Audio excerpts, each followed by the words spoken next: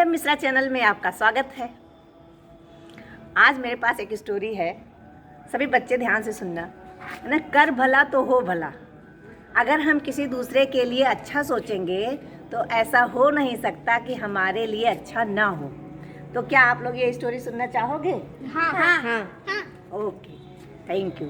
एक राजा थे, तो राजा को बड़ा शौक था गमले लगाने का और खूब अच्छे अच्छे फ्लावर मंगाए थे बाहर से भी। उन्होंने 25 गमले ऐसे लगाए थे जिसको वो अपने जान से भी ज़्यादा प्यार करते थे। और उन्होंने सभी अपने दास दासियों को ऐसा आदेश दे रखा था कि इन गमलों की इतनी अच्छी रखवाली करो कि इनमें एक भी पत्ता सूखे ना। ये हमारे गमले, ये पौधे बहुत अच्छे से रहें। उसने बोला कि इन गमलों को मैं किसी भी कीमत पे ख़राब होने नहीं देख सकता। एक दिन क्या हुआ कि एक गमला टूट गया। अब वो डर के मारे भय से पीला हो गया कि अब क्या करें, अब तो मेरी जान गई।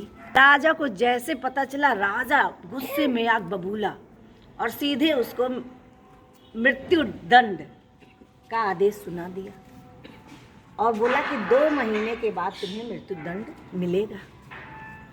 अब 2 महीने में से एक एक दिन बीतना उस दास के लिए बहुत भारी पड़ रहा था। वो सोचा कि अब क्या करूं। एक एक पल उसका ऐसे बीत रहा था कि जैसे वो 2 महीने बाद नहीं, आज ही मरने वाला हो। किसी तरह से 1 महीना बीत गया। 1 महीने के बाद एक दिन ऐसा आया कि एक संत उधर से जा रहे थे, तो ये भय के मारे इतना ये बीमार हो गया था कि लगता था 2 महीने से पहले ही मर जाएगा। तो किसी ने बोला कि ये संत से पूछा जाए। अब वो संत उधर से जा रहे थे, तो किसी ने बोला कि संत जी ज़रा आप आइए, आपसे कुछ बहुत ज़रूरी बात करनी है हमें। तो उसको लेके आए उसके पास। तो बोला कि क्या हुआ भाई? बोले ऐसी ऐसी बात है, राजा का गमला था और मैं राजा के दरबार में एक दास था और मुझसे वो गमला टूट गया है। अब मुझे एक महीना हो गया है, अगले महीने मुझे फांसी की सज़ा दी जाएगी। राजा ने मुझे मृत्यु दंड दे दिया है। तो संत ने बोला बस इतनी सी बात, तुम चिंता मत करो, मैं अभी जाके राजा से मिलता। वो संत वहाँ से आए और सीधे राजा के पास सूचना भिजवाई कि मुझे मिलना है और राजा के सामने उपस्थित थे। राजा ने बोला कि बताइए कैसे आपका आना हुआ?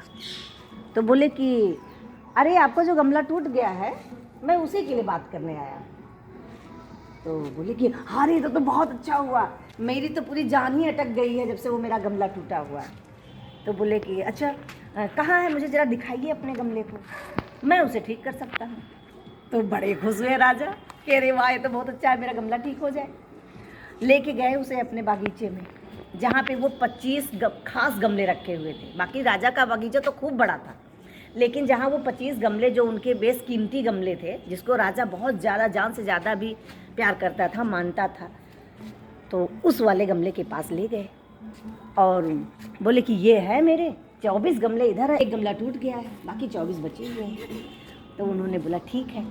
उन्होंने इतनी प्यार भरी दृष्टि से ऐसे एक एक गमले को देखा और बहुत प्यार से सारे गमले को ऐसे देखा और सबको सराहा कि तुम सब बहुत अच्छे हो, तुम सब बहुत प्यारे हो। और उसके बाद राजा ने सोचा कि अब तो मेरा ये गमला एकदम से अब सही होने वाला है जो टूटा हुआ था। और फिर संत ने ऐसे एक प्यार भरी दृष्टि देखते हुए बोला कि मुझे एक छोटा सा डंडा चाहिए। तो राजा ने फौरन इशारा किया, 2 ताली बजाई, डंडा आ गया।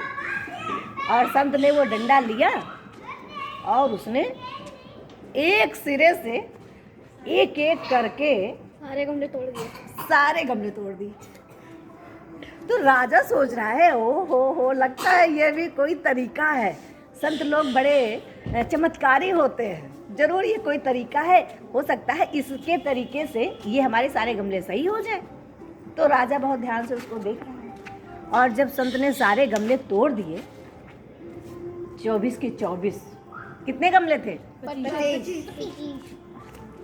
सारे गमले जब तोड़ दिए तो उसके बाद राजा साहब से बोले कि राजा साहब हमने अपना काम कर दिया। अब राजा आग बबूला, ये क्या, मैं तो सोचा था कि तुम मेरा एक गमला जो बचा उसको सही कर दोगे, तुमने तो मेरे 25 गमले तोड़ दिए। तो बोला कि राजन, मैंने 25 गमले नहीं तोड़े, मैंने 24 लोगों की जान बचाई है, क्योंकि आपके ये जो गमले हैं एक ना एक दिन टूटने ही वाले हैं। कोई गमला जीवन भर या कितना दिन चलेगा? अच्छा तुम बताओ, नहीं कितना दिन चलेगा? ज़्यादा दिन तक हम नहीं लोगों के जो दांत होते हैं ना, पैदा होते हैं हम लोग तब नहीं होते, बीच में आते हैं, और बुढ़ापे से इंसान के मरने से पहले ही दांत चले जाते हैं। कोई चीज़ रहता है, बाल इतने अच्छे होते हैं लेकिन एक समय के बाद सारे बाल सफ़ेद हो जाते हैं कि नहीं, है ना? जब हम लोग पैदा होते हैं तो हमारे पास शक्तियाँ बढ़ती हैं, फिर एक समय ऐसा आता है कि सारी शक्तियाँ ख़त्म हो जाती हैं, तो सब यहीं ख़त्म हो जाता है। तो राजा ने बोला कि नहीं, ये तो बहुत गलत किया, इसको मृत्युदंड की सज़ा दी जाए।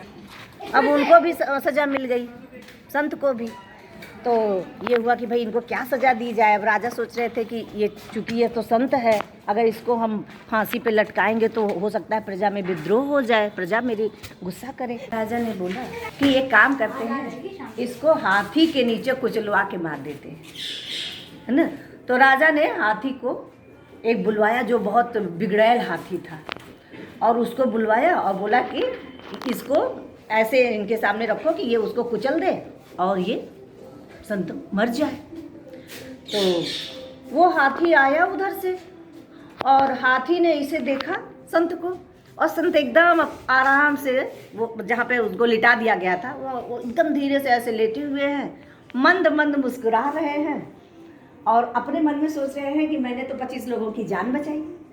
तो इसलिए एकदम वो शांत हैं कि भगवान जैसी तुम्हारी इच्छा, आखिर में तो सबको मरना ही है, तो क्यों ना मैं 25 लोगों को बचाते बचाते मर जाऊँ। इतने खुश थे संत। और वो हाथी आया और हाथी उसके पास आके एक कदम दूर पे ही खड़ा हो गया, और वहाँ से आगे वो बढ़ा ही नहीं। हाथी ने उसको नहीं कुचला। जब हाथी ने नहीं कुचला तो जो राजा के मंत्री थे वो लोग सब सोच रहे हैं ये क्या। तो राजा ने बोला, लगता है तुम्हें कोई बसीकरण मंत्र आता है क्या, जो तुम हाथी को भी बस में कर लिए। तो संत ने बोला कि बसीकरण मंत्र नहीं, कर भला तो हो भला, किसी का बुरा नहीं किया जाएगा तो हमारे साथ बुरा नहीं होगा। तो कैसी लगी आपको ये स्टोरी? अच्छी लगी। Thank you. अगर आपको ये स्टोरी पसंद आई हो तो कृपया लाइक, सब्सक्राइब और शेयर जरूर करें। धन्यवाद। हमारा लेटेस्ट वीडियो देखने के लिए इधर क्लिक करें, और आपका मनपसंद वीडियो देखने के लिए इधर क्लिक करें, और चैनल को सब्सक्राइब करने के लिए यहाँ क्लिक करें। धन्यवाद।